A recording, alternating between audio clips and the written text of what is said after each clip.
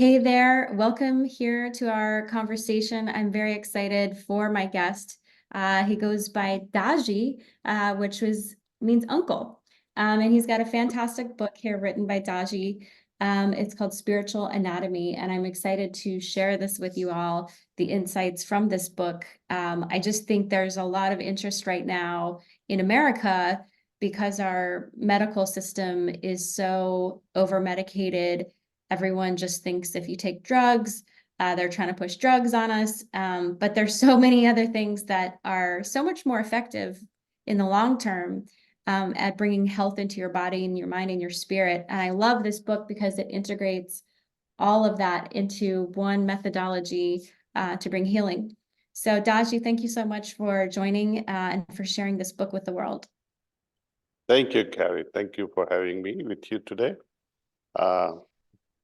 You have hit the right nail with the right hammer. The book Yeah. is all about this healing, and healing, instead of healing, I believe in prevention. Why create a problem and then heal it when we can already make sure that we don't succumb to mental as well as emotional issues? And they are all preventable as we strengthen our mind and the spirit and develop wisdom through right understanding and right thinking. And to arrive at such states, we simply hear about the peaceful state or correct thinking or introspective minds. We offer wonderful instruments, and which I also described in this book, Spiritual Anatomy, how to arrive at such states. So we offer many practices. And just to tell our audience, I would say they're all for free because we are running a NGO here in India, and it's actually a world-class organization in many countries, including North America and also in Venezuela and many South American countries. Many trainers are there who are available. You can go either meet them in person or use the app. It's called Heartfulness app. And you can learn meditation. You can learn other practices offered by these techniques and make it part of your life and see how we can individually change and become peace ourselves, more loving, more kind. And then, the world will change as we change. Yeah, I was really struck by how you integrated science with your spiritual practice together perfectly, and how you brought in to show there's so much data and scientific evidence for what you're saying. And so it's interesting because I think sometimes in the world, people say that, oh, if you believe in God, if you believe in higher power, you're deluded, that you're a sheep, you're weak. But you back it all up with science, and that is the evidence for what you're talking about. Can you talk a little bit about that, about how science is perfectly matching with the spirituality in your book? Science and spirituality, we need to bridge them. We cannot isolate any of them for the sake of the other. For example, if you are leading your day-to-day life, mundane life, going to office, going to work, going to business, whatever, and say, okay, it's all about money, money, money, and all other worldly stuff. A lot of pleasures, a lot of comfort. Nothing wrong with all these things. But unless and until we prepare our mind and go beyond the preparation of the mind into spirit world, into emotional well-being, how we can change our consciousness. If you don't believe in spirit world, it's all right too. But we all have a belief in consciousness, and how we can change our consciousness and make it more and more refined. Now, a person who is meditating and person who is not meditating, you can see this differences in consciousness when they are hooked up on fMRI machine. And especially as you dive deeper and deeper into meditation and arrive at superconscious as well as the very deep level of subconscious states, you can see the shift in the fMRI showing how the waves are also changing. And it's very easy experiment, and anyone can go through this if they are really, really interested in studying how consciousness shifts with each meditation. And are you going to reach out to the same wave of higher consciousness? Not really, because then, I would like to say that if you are in a train and the view outside your window is the same every day, that means your train is not moving. And same thing is with consciousness. With each meditation, if you continue to experience the same thing, same level of consciousness, that means you are stuck. Each meditation must take us to a different level of more and more refined state of consciousness. And who can say that? So after a certain level of consciousness, no machine, no fMRI machine can also measure it. So one has to actually feel it, experience it in oneself and say, oh, I'm experiencing this state of peace, this state of compassion in my heart, this state of love in my heart. The next day, you will use the same words perhaps, so peaceful, so calm, so kind, all these things. But the quality of that peace, the poise that you experience will be different. Though it's, we describe as love or kindness or compassion you feel, but that also has a different level of spectrum, I would say. It belongs to a different spectrum, different level of frequency. And that is what I like the world to know, that you should not believe in spirituality blindly or any religion blindly. That you must believe in this God or that God or this messenger or that messenger. You must experience yourself. So, like a scientist, you must be dissecting things mercilessly without any, uh, you know, giving in because of emotions or because of fear or because of temptation. But most people, even we, I have also followed religion once upon a time.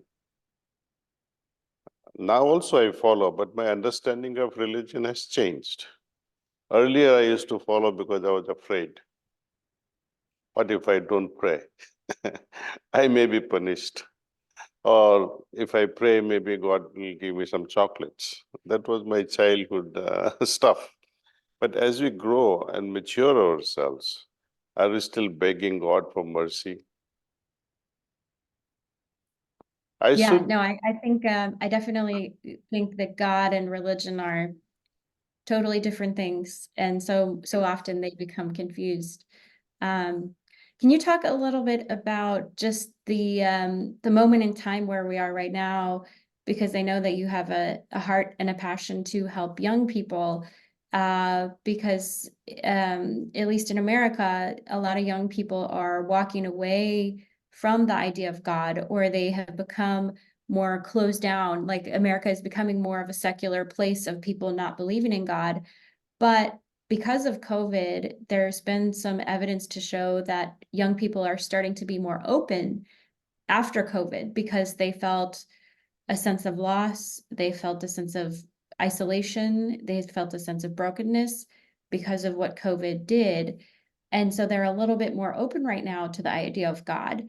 Can you talk a little bit, speak to young people who might feel angry at God or see there's evil in the world and say, why would God allow there to be evil in the world? How can God be good if there is evil?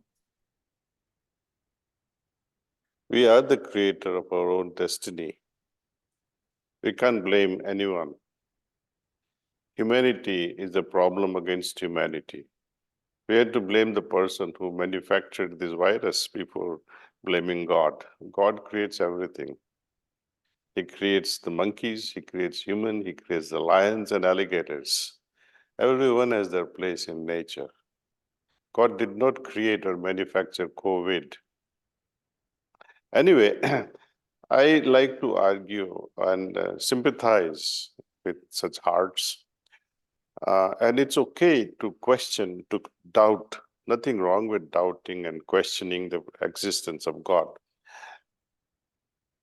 One has to ask oneself a question: what keeps me going? Ever since my birth,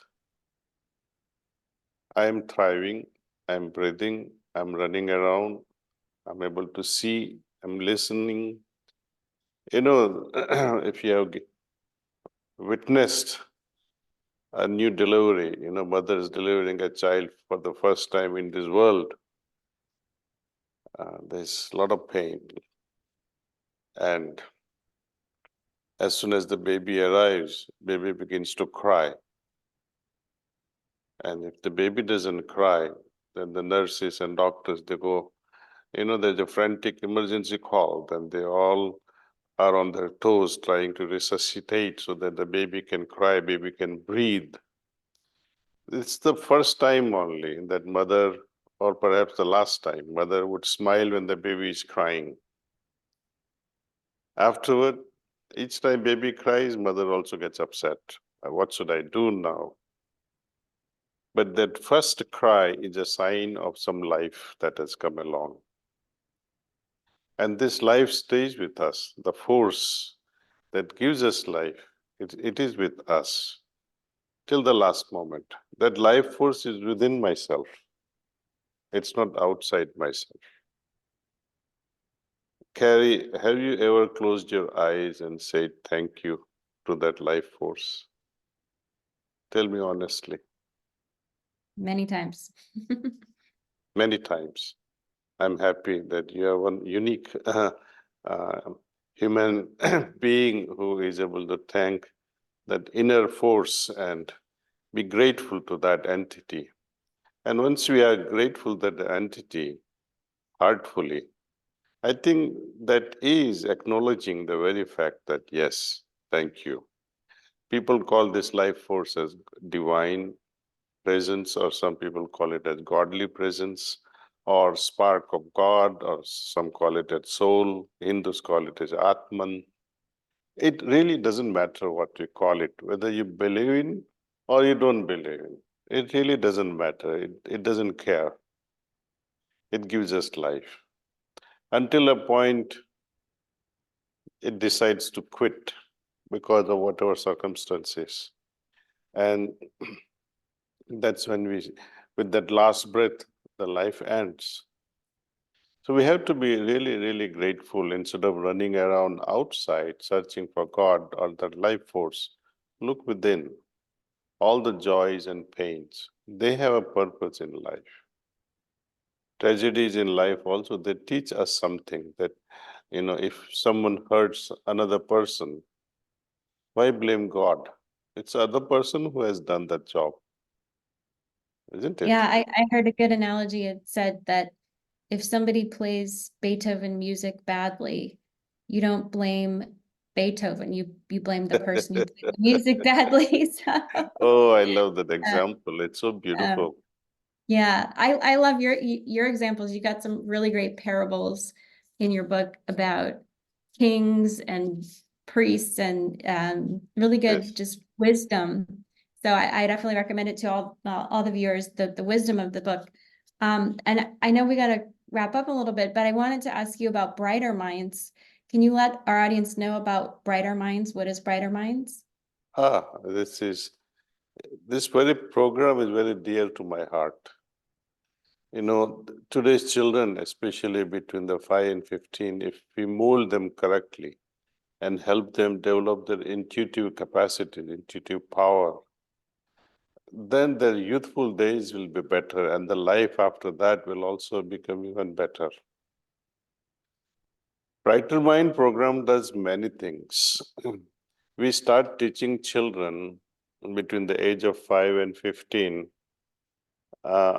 closing their eyes or blindfold their eyes and train them to identify things using their intuition. Okay. For example, if you close your eyes and try to solve the cubic game, even with open eyes, many people fail to solve the cubic game. Or if someone closes the eyes and gives you some color to identify, but 100 times out of 100, if you are correct, that means you have developed that intuitive capacity. Earlier, if you were able to read a chapter or a book in 2 hours, and after Brighter Mind program, if you can finish it in half hour. So this is what we are looking for, sharpening your intellect, sharpening your intuition, sharpening your intelligence. And as a result, you are able to make better decisions in life. So if we prepare children right from the beginning, then they will not be diverted into unnecessary things very ahead in life. So we have prepared this program, and it's a program we don't claim that we should have a uniform success. Each child will develop different capacities. Some person will um, be heightened with the touch capacity. Some children will be heightened with the auditory capacity. Some children will be able to read just by smelling the book. It's a trans-sensory perceptions are somehow um, developing after this program. And it's a very small program. It's a 30 hours program. And we run that 3 hours each day, each weekend. 3 hours. First weekend will be 3 hours, Saturday 3 hours, Sunday 3 hours. And then after 1 hour each weekend. So, and it's a very simple program. Those who can afford, they can pay for the other children also. Those who cannot afford, they say, look, I'm sorry, I cannot afford it. So, but they will be taught. Whosoever comes, we can teach them. And I'm trying to develop all these things so that we can learn it over the distance. I can find teachers who can teach from India. And we have some trainers also in United States, in many cities. I can share with you, Carrie, so that you can post it, that these are the people, and people can, parents interested in training their children can contact these individuals. And you'll be thrilled. Actually, I wish that you witness this at least once. You're in Washington, D.C., so you can, once you see it, then you can um, confidently say that, yes, everyone should do it. No, I think it's great. When you're talking, I was reminded of a quote by Frederick Douglass, who was, I believe it was Frederick Douglass here in the US. He said it's much easier to raise healthy children than to repair broken men. And we see that in society. I think that it really is, like you said, the minds are moldable, and quite often people spend a lifetime recovering from childhood trauma. And so if you can free children from trauma and prevent it, then you will be healing society. So I think that's wonderful, and that's a blessing. So, well, Daaji, thank you so much for joining me today. And again, folks, make sure to check out the book Spiritual Anatomy by Daaji. It's out now. It's a really detailed handbook, and he calls it an atlas. So it's your guidebook on how to achieve mindfulness, inner peace, discovering your purpose. I was really struck by the book about how you want each person to unlock their purpose. And so I think it's a beautiful book. And thank you so much for writing it and for joining us today. Thank you, Kat. Namaste.